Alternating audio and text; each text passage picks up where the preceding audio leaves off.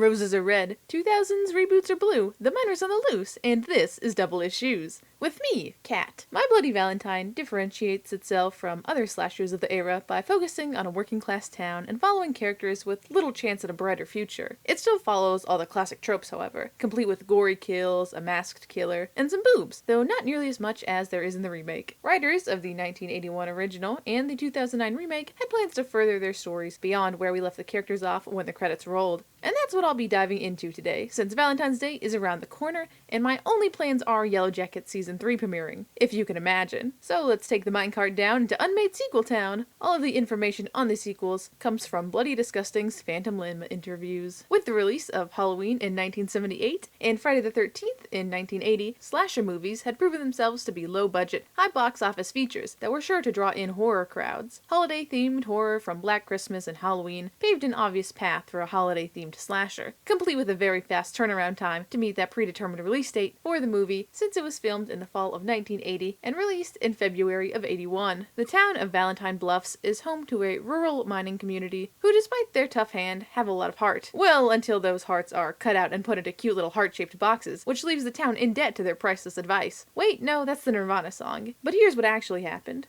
On Valentine's Day, Harry Warden, after being trapped due to his supervisor's negligence, goes a little crazy after being trapped in the dank, dark mine for days and having to resort to eating his coworkers to survive. The next year, he killed the two supervisors and, as mentioned, places their hearts in chocolate boxes with a note warning the town of Valentine's Bluffs never to host a Valentine's Day dance again, which has gotta be tough for their branding. 20 years later, the young, horny adults in town are ready to finally have another Valentine's Day dance, thinking that the older people are just being superstitious over Harry's return. And I mean, to be fair, the young adults were right, just not in the way that they would have hoped. Because within this gaggle of white people that I had a hard time telling apart on a first watch looms a killer. One who murders a strip mine tease, an old lady in the town's laundromat, and then takes her washing machine heart after baby banged it up inside. And this guy is boiled with hot dog, hot diggity dogs. Sylvia learns that sometimes when you hit the showers fight back. And this couple get a taste of penetration, just not the kind that either were hoping for. Hollis nails his death scene, Howard decides to hang with him as well, and Patty spills her guts. The movie's love triangle, in which Sarah should have been dating neither, in my opinion. They both kinda suck. One ghosted her without a word, and the other was, you know, a serial killer. But because Axel was the killer, having gone a little crazy after witnessing his father's murder at the hands of the OG killer miner, that means that TJ and Sarah are seemingly set to be each other's Valentines from now on. So, in the wise words of Buffy once more with feeling, where do we go from here? Well, in 2005, director George Malacca did an interview where he talks about just that. Also, that the movie was almost titled The Secret, and I for one am so glad they stuck to My Bloody Valentine. Producer Dooning had a sequel idea called The Return of the Miner. The goal would have been to have as much of the original cast and crew return as possible. Since this interview takes place before Lionsgate released some previously censored footage from the movie, it would have also taken that film and placed it into the new movie. The story would have involved Sarah as the new sheriff of Valentine's Bluffs, girl boss moment, now married to TJ. Their sons would have been the new stars of the movie, where the town would have turned the old mine into a mine of terror dark ride, commercializing the murders in a way that foreshadows true crime YouTubers selling makeup. One of the reasons this wasn't made is that Malacca and Dooning couldn't agree on the script. Dooning wanted to make the movie about teenagers like many other slashers, while Malacca wanted to stay focused on the working class aspect. The first version of Return of the Miner didn't feature any returning characters or killer, though still set in Valentine's Bluffs. There were 3 different versions of Return of the Miner pitched to Malacca, but he didn't think any were worthy of the My Bloody Valentine legacy. Considering the fact that these sequel ideas were being pitched from the 90s through the early 2000s, it's easy to see how some of these scripts could have been a bit more Scream-inspired, the teenage focus fitting well alongside other meta-slasher whodunits. Another sequel idea came in the form of Valentine Wakes. This information coming from Malacca's interview with Bloody Disgusting in 2022. Sarah and TJ are living their married life. Sarah is running the town's hardware store, while TJ is still experiencing PTSD flashbacks and has turned to alcoholism to cope. The two are raising a daughter together, who is actually Sarah and Axel's daughter, who she was unknowingly pregnant with at the end of the original movie. In Malacca's words, the first scene we find ourselves in a gloomy cemetery. Winter fog, there's a rose being placed on every grave, with each reading, died February 14th, 1981. There's a group of people, the survivors, who are holding a little ceremony, and there's a one-armed man watching them in the distance. So Axel returns as well. He's been in an insane asylum for some time. He's finally considered rehabilitated. Then, let's put it this way, the killings start again. Who is it? The movie still would have been focusing on the younger generation, while keeping in plenty of the older survivors and even the killer. It certainly would have been at home with other late 2010s, early 2020s requels such as Halloween, Texas Chainsaw Massacre, or My Beloved Scream. Both of these films would have had involvement from the original minds behind My Bloody Valentine and would have continued the stories of the original characters. However, like any horror franchise, a reboot was sure to happen in the early 2000s. Skipping ahead to an era of partying in the USA, RuPaul's Drag Race premiering,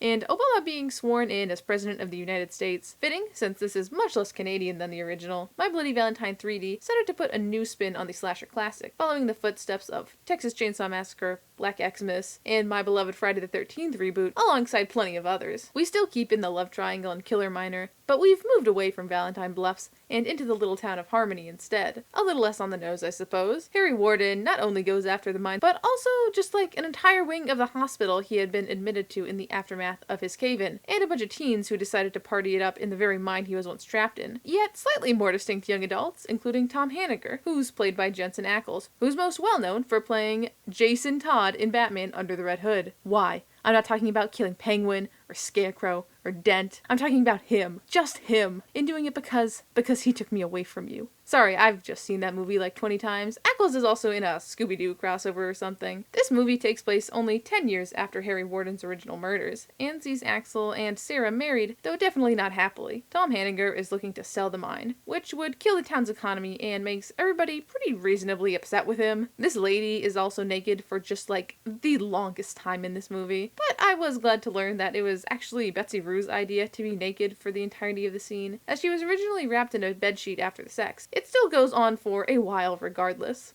Tom is convinced that Harry Warden is still the killer. Meanwhile, Axel is sure that the old sheriffs killed him in an act of vigilante justice. After a multitude of three-dimensional kills, it becomes clear that Sarah's two love interests also become the two clear suspects. This time around, though, Tom ends up being the killer, having been hallucinating the whole movie, or maybe possessed. Axel and Sarah seem to be rekindling their romance, but Tom also managed to slip out of the mine to return another Valentine's Day. Or not. But if he had, this information comes from writer Todd Farmer's 2020 interview. This sequel wouldn't have taken place in the far future, but rather mere moments after the previous movie left off. A little like Halloween 2. Sarah and Axel would have been in the ambulance, with Axel trying to recoup from being pickaxed, thanks to Sarah having almost zero survival instincts and even worse aim. Sarah and Axel would have had a chase sequence with a clearly possessed Tom in the hospital, which would have ended with Tom killing Sarah before cutting to the movie's title card. Then we cut to 1 year later, where a group of mental patients are having a group therapy session and talking about how much they love Harry Warden. We discover that a Dr. Chalice has determined that Tom has been rehabilitated and has let him back out into the world, an act which Axel is obviously highly opposed to, so he drunkenly confronts the doctor in a parking lot. Axel escalates the confrontation by punching Chalice and is then arrested. Seems like this parking lot scene would have had a lot less boob than the original. Tom, meanwhile, is now living out in Kentucky, having adopted the alias TJ from the original movie. He's working as a miner and actually saves some people from a mine collapse,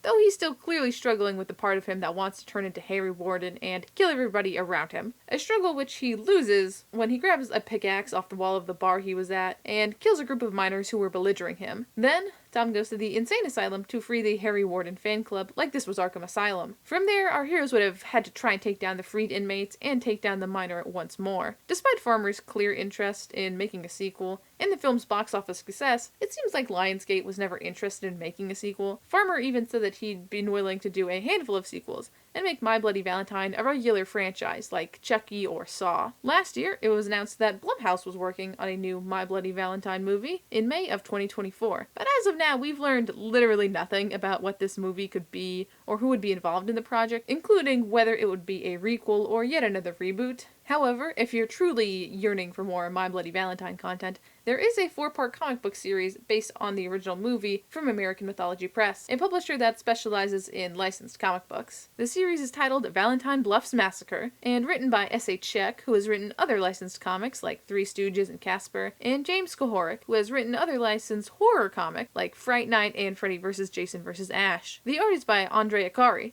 with the three having also worked on a Return of the Living Dead comic. Its follow-up series, Valentine Bluffs Massacre Remembrance, is set to come out soon, which kind of makes Valentine Bluffs Massacre Remembrance to be the first My Bloody Valentine sequel to actually get made. Get owned, Hollywood. Coolest of all, though, is the Silent Night Deadly Night versus Valentine Bluffs Massacre. That's set to come out as well. A perfect setup for two of the biggest holiday slashers to face off. Just ignore that other way bigger holiday-themed slasher franchise that's been wildly more successful. Despite its cult classic status from fans of the slasher genre, the movie never got the sequels that some of its contemporaries seem to have gotten in droves. Imagine, if you will, My Bloody Valentine Chapter 2, Miner Takes Manhattan, and Seed of Harry Warden. To be fair, this is both a blessing and a curse, given just how poorly received some horror sequels have been, especially given the fact that the reason the original never got a sequel was because of creative differences. Though a My Bloody Valentine franchise could have functioned a lot more like a Scream franchise than anything starring Jason, Michael, or Freddy. The Miner's identity could have shifted from villain to villain as the franchise progressed. My Bloody Valentine's small-town charm, memorable killer, and less memorable survivors were surely further developed in some alternate timeline. Yet it's always interesting to see what could have been.